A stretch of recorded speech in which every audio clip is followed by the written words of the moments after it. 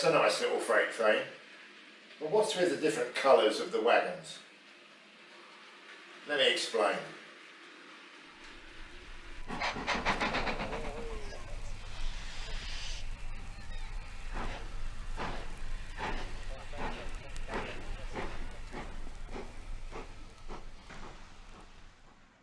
From the maturity of the railways at the turn of the 20th century, right up to and beyond the 1960s when my layout is set, freight trains were classified by speed. But that isn't so much how fast the engine could make it go, it was much more to do with how quickly the whole thing could stop if it had to. To make a freight train stop, a driver had three tools at his disposal. Firstly, he had whatever brake was on the engine. Secondly, he had the ability for the guard to turn his brake handle and apply brakes onto the guard's van. And thirdly, he could gain whatever braking ability he could get from the wagons in the train themselves. Passenger train brakes had developed in such a way that the engine was able through a continuous pipe to apply the brakes on the carriages and therefore stop the train safely. And that was applied to freight vehicles. Those wagons that had brakes connected to the engine were known as fitted vehicles, and those without brakes were called unfitted. And thus we get the major delineation between the two types of vehicle that existed in the days of British Rail. They were either fitted or unfitted.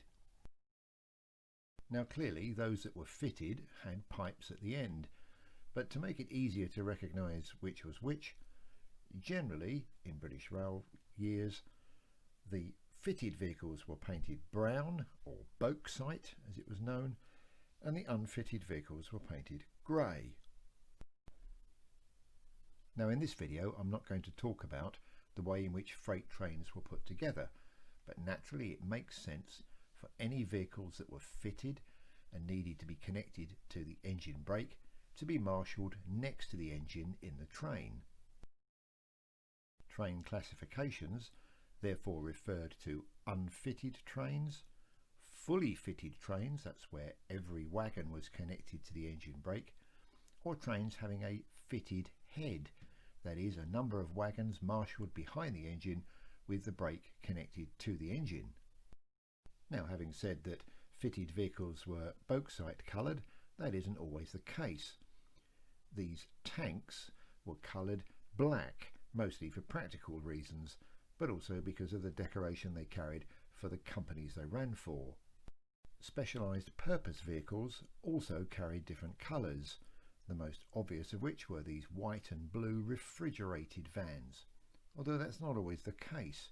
Refrigerated meat vans were often bauxite. Moving away from the pure colour of the vehicle, it was quite common to find vehicles marked to carry specific traffic only. Here, sand on the vehicle, third right, and here, pipes. Mineral wagons were marked to show the method of unloading. This white stripe indicates an end door, and on some vehicles you could see a white V at the bottom of one side showing a hopper so that whatever load was in it could be discharged out the bottom.